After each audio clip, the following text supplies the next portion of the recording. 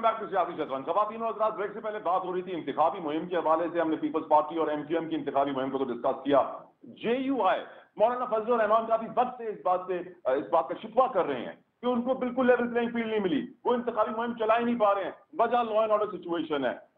हाफिज हुसैन साहब, आपकी नजर में इस वक्त कहां पहुंची है जेयूआई की इंतखाबी मुहिम सर? देखिए, जहाँ तक इंतखाबात के मुहिम का ताल्लुक है तो यकीनन सिर्फ जेयूआई नहीं, दीगर जमातें भी फील्ड में नजर नहीं आ रही हैं।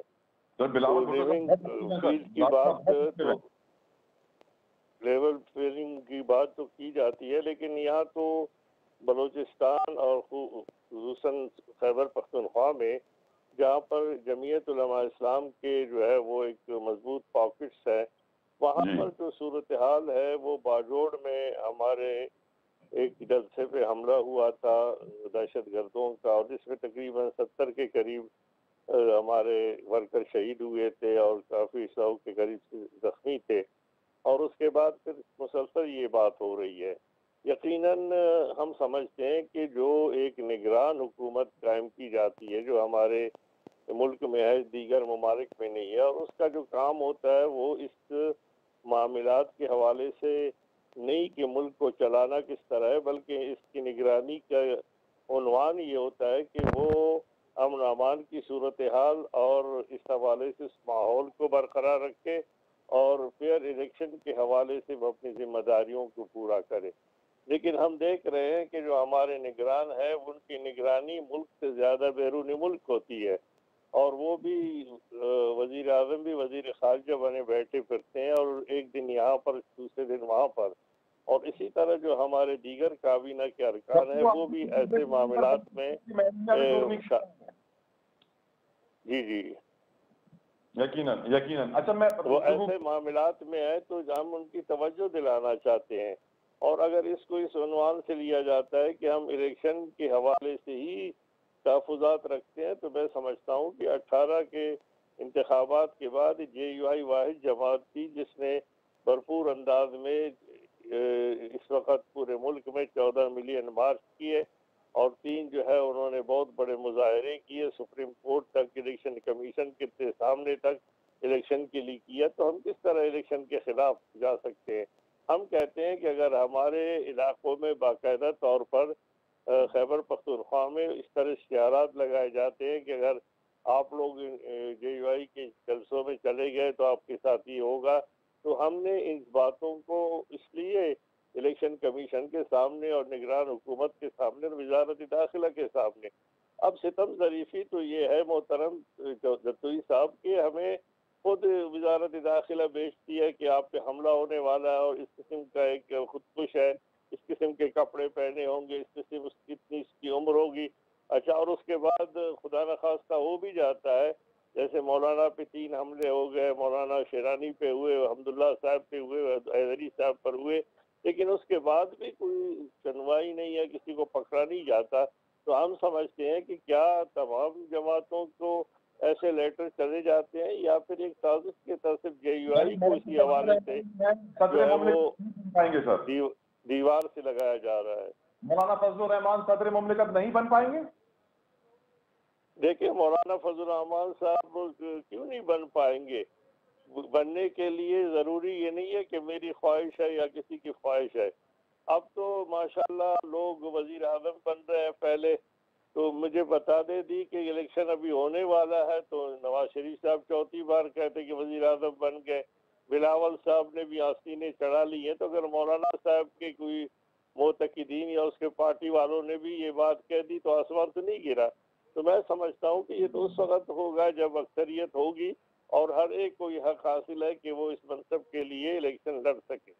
Right sir. नईम कुरैशी साहब, जब भी हम इंतखाबात देखते आए हैं माजी में तो बड़ी हलचल, बड़ी गहमा गहमी, एक जलसा खत्म, दूसरा जलसा शुरू, ये बैनर, वो बैनर, ये बड़े बड़े बैनर फ्लैग्स। लेकिन इस दफा आपको कुछ कमी महसूस नहीं? अगर हमने क्योंकि पीपल्स पार्टी, जेयूआई और एमक्यूएम की तो इंतखाबी मुहिम को जिक्र कर लिया है, तो डिस्कस कर लिया है, पीटीआई की इंतखाबी मुहिम भी बड़ी चल रही है और बड़ा सिंपैथी वोट वो कमा रहे हैं। वुड यू एग्री नईम साहब? जी बिल्कुल एग्री करता हूँ, ऐसा ही है जी। देखिए, पीपल्स पार्टी का मामला ये है कि वो बिलखसूस सिंध में उनका ज़्यादा असर है और उनकी पार्टी इंटैक्ट है, उनके चेयरमैन हैं, इसलिए वो बहुत भरपूर तरीके से ज़ाहिर है कि अपनी कैंपेन सही चला रहे हैं जैसी चलाई जानी चाहिए। उसके अलावा जितना उनका वोट बैंक पंजाब में, उस हिसाब से वहाँ भी बिलावल साहब यकीनन जलसे कर लेंगे और कर भी रहे हैं। जहाँ तक JUI का ताल्लुक़ है, हाफिज़ साहब वजह फरमा रहे हैं कि JUI बहुत अरसे से इस बात की शिकायत कर रही है और बिलखसूस बाजोड़ के हवाले से तो बहुत ज़्यादा ख़तरात का इजहार कर रहे हैं। मेरी ख्वाहिश थी कि अगर हाफिज़ साहब ज़रा ये भी थोड़ा सा फरमा देते कि आया ये निगरान हुकूमत कर के आ रही है, सिवाय इसके कि आपको धमाकों या हमलों की इंफॉर्मेशन देने के अलावा कोई अमलन रोकथाम भी कर रहे हैं या सिर्फ उसका पता ही बता रहे हैं कि कौन आ रहा है। तो ये ज़रा सा है। जहाँ तक PTI का ताल्लुक़ है, तो देखिए PTI के मामले में बिल्कुल वजाहत से मैं कहूँगा कि उनको तो लेवल प्लेइंग फील्ड दी ही नहीं जा रही है। कराची में हम सब के सामने उसकी मिसाल है कि कराची तक में तो उनको जलसा 4 आदमी जमा करने की इजाज़त नहीं है। इसी तरह पूरे पाकिस्तान में यही सूरत हाल है, लेकिन चूँकि उनके कारकुनों में जोश व खरोश है, लिहाजा वो अपनी इलाकाई सतह पे तो लोग कर रहे हैं, अपने हलकों में तो यकीनन कर रहे हैं, लेकिन एक मरकज़ी क़यादत जो है बड़े जलसे करने की पोजीशन में बिल्कुल भी नहीं है। अब उनकी वजूहात क्या हैं, उन्हें क्यों नहीं दे रहे, वो फिर 9 मई आ जाता है और सारी चीज़ें आ जाती हैं। तो इस वक्त बहरहाल PTI की फिर भी पूरे पाकिस्तान के हलकों में उनके लोग अपनी सतह पे चला रहे हैं, लेकिन पार्टी लेवल पर जो है बड़ी क़यादत जो है वो बड़े जलसे करने में इस वक्त भी नाकाम है। राइट नईम साहब। रऊफ साहब, आज हमारे निगरान वजीर इत्तलात मुर्तज़ा सुलंगी साहब की जो स्टेटमेंट है, वो कहते हैं मुल्क कई बहरानों से गुजर रहा है। बिल्कुल हर पाकिस्तानी जानता है बहरान पे बहरान, सियासी, मुआशी, मुआशरती, लेकिन ये भी कहा कि मुल्क को विजनरी क़यादत की जरूरत है। मुल्क में कई किस्म के बहरान हैं और हम कई किस्म के टुकड़ों में बटे हुए हैं, अंदर से सोच के लिहाज से, जिसे हम तासुब भी कहते हैं। मैं हमेशा कहता हूँ रऊफ साहब कि हम सिंधी, पंजाबी, बलोची, पठान में तकसीम हो गए, पाकिस्तानी नहीं बन पाए सर। बिल्कुल सही है। देखिए, बड़ी आपने सही बात की, सोलंकी साहब ने बिल्कुल सही बात की। जब ऐसी एलीट क्लास हमारे पे हुक्मरान रहेगी, नायल लोग रहेंगे, तो ये बहरान कभी भी ख़त्म नहीं होंगे। दूसरी बात है, मौलाना फजलुर रहमान के हवाले से आपने बात की थी, अगर वो सदारत के उम्मीदवार बने तो मैं अपनी पार्टी में MKM में उनके सदारत के लिए यकीनन रिकमेंड करूँगा कि मौलाना फजलुर रहमान साहब को सदर बनाया जाए। मैं उनकी तरफ से मुकदमा अपनी पार्टी में ज़रूर रखूँगा। क्यों राउत साहब, क्यों? इसलिए कि वो बहुत अच्छे इंसान हैं और दूसरी बात है कि वो एक जेन्युइन और वो मतलब है, वो ऐसे झूठ और फरेब और इस किस्म की चीज़ें मैंने उनको पूरी अपनी जब से मैंने देखा है उनको, तो मुझे वो एक बहुत नज़रियाती मजबूत और एक कमिटेड सियासतदान भी है और मजहबी रहनुमा भी है। राइट। शाहिदा रहमानी साहबा, क्या आप भी समझती हैं कि मुल्क एक गैर मामूली तकसीम से गुजर रहा है एज पर मुर्तज़ा सोलंकी साहब?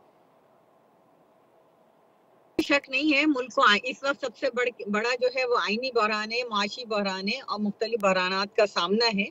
और ये उसी सूरत में होगा कि जब इलेक्शन होंगे और जमहूरी हुकूमत आएगी तो पार्लियामान जो है वो इन तमाम मसाइल के हल की वाहिद जगह है। तो मैं समझती हूँ कि जल्द से जल्द जो है, क्योंकि इलेक्शन अगर टाइम पे जिस तरह नहीं होने के लिए बहुत सारी कुव्वतें चाह रही हैं, मैं समझती हूँ कि सबसे पहले आईनी बहरान को हल करना चाहिए, इलेक्शन होने चाहिए ताकि पार्लियामान हो और जमहूरियत हो, तो जब जाके तमाम मसाइल का हल होगा। हाफिज हुसैन साहब, आपकी नजर में हम मुल्क में तकसीम का खात्मा कैसे कर सकते हैं? सियासी तौर पर मैं समझता हूँ कि तकसीम दर तकसीम का जो मामला है वो जारी है, और मैं आपकी विसातत से मुझे एक वर्कर की हैसियत से समझ में नहीं आती कि चूंकि जो बिल्ला का निशान हटा दिया गया था और जो दलाइल लाइव टीवी पर हमने जनाब चीफ जस्टिस साहब और उनके जो 3 रुकनी बेंच सुने थे, उससे तो पता चलता था कि असल में इलेक्शन कमीशन इस वक्त जो उन्होंने फैसला किया है वो तौहीन अदालत मेरे नज़र में बनता है, क्योंकि अदालत ने तो ये फैसला दिया था पार्टी के खिलाफ, क्योंकि इलेक्शन बल्ला का तो नहीं हो रहा था, इलेक्शन तो पार्टी का हो रहा था। जब इलेक्शन को कलअदम करार दिया गया है और इसी के हवाले से इलेक्शन कमीशन ने इंतखाबी निशान को तो ख़त्म कर दिया है, लेकिन उनके जो वेबसाइट पे जो रजिस्टर्ड जमातों का जो लिस्ट है उसमें तो फिर तहरीक इंसाफ मौजूद है। तो मैं एक वर्कर की हैसियत से अगर कोई मेरी रहनुमाई कोई लायर्स कर ले या कोई हमारे बहुत बड़े जो सियासतदान है वो कर ले या इलेक्शन कमीशन इसकी वजाहत करे कि ये बात बता दिया जाए कौम को कि भाई जब इलेक्शन ही नहीं वो गलत समझा गया था और इसका सजा जो है ना वो तो आपने फिर तो पार्टी को देनी चाहिए थी, तो फिर पार्टी को बैन कर देना चाहिए थी जिस तरह दीगर पार्टियों को आपने डीलिस्ट कर दिया था।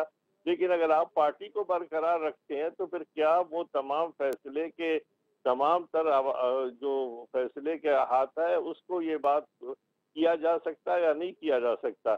मैं समझता हूँ कि पूरे मुल्क में किसी ने भी शायद इस तरफ तवज्जो नहीं दी है जो मैं एक वर्कर की हैसियत से पूरे कौम को दे रहा हूँ।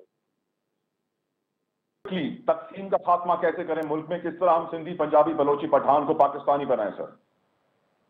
देखिए, मैं ये समझता हूँ कि ये सब बुनियादी तौर पर है कि अगर हम खुद अपने से शुरू करें, अगर सोलंगी साहब अपने साथ सोलंगी न लिखे तो आसमान तो नहीं गिर पड़ता है। तो हम ये समझते हैं कि हम में से हर एक शख्स अपनी सतह पर अपने आप को खुद एक तफरीक के अंदर डाल देता है और हमारे हाथ तो बदकिस्मती ये है कि हम बलोचियत या पश्तून शाहिदा रहमानी साहिबा, हाफिज हुसैन साहब, अब सारे मेहमानों ने गिरामी का मैं बेहद मशहूर। एक ब्रेक लेते हैं, ब्रेक के बाद जो एक इंटरनेशनल वायलेशन हुई है पाकिस्तान की एयर स्पेस की ईरान की तरफ से, तफसीलन गुफ्तगू की, हमारे साथ रहिए।